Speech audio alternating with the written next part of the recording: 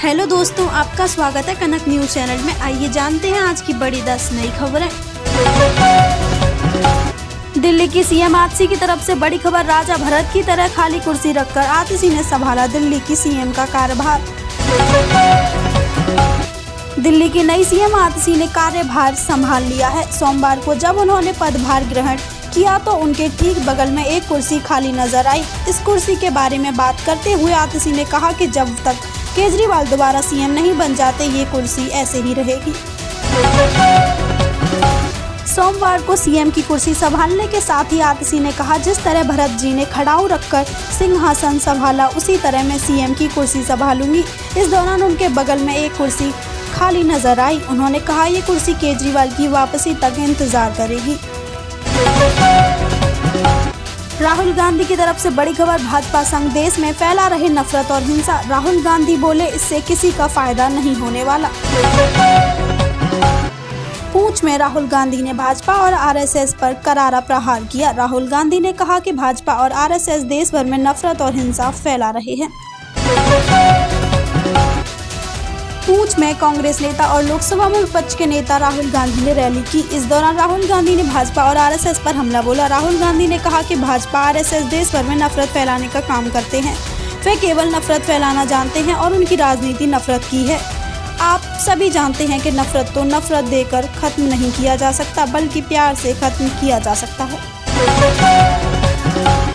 राहुल गांधी ने कहा कि हमारी पहली मांग है कि एक बार फिर राज्य का दर्जा दिया जाए।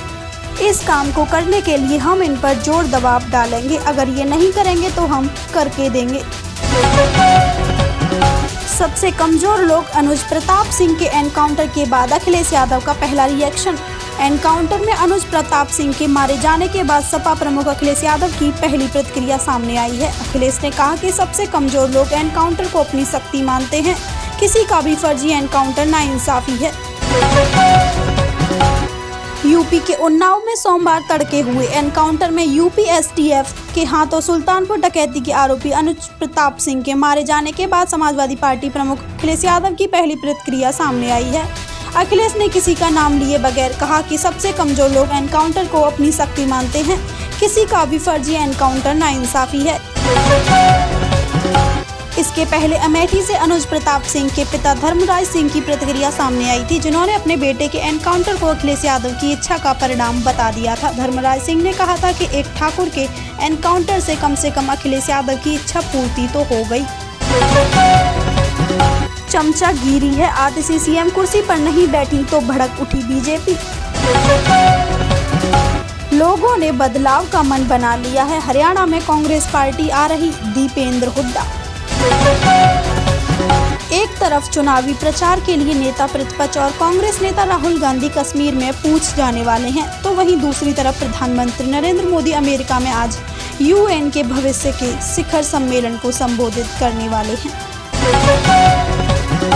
बीजेपी और पीएम नरेंद्र मोदी पर प्रहार करते हुए उन्होंने आगे कहा कि पीएम नरेंद्र मोदी केवल अपने मन की बात करते हैं, काम की बात नहीं, जो है नौकरियां देने और महंगाई को नियंत्रित करना। उन्होंने कश्मीर के लोगों से वादा किया, मैं आपके मुद्दे संसद में उठाऊंगा, आपको बस मुझे आदेश देना है और मैं इसे उठाऊंगा।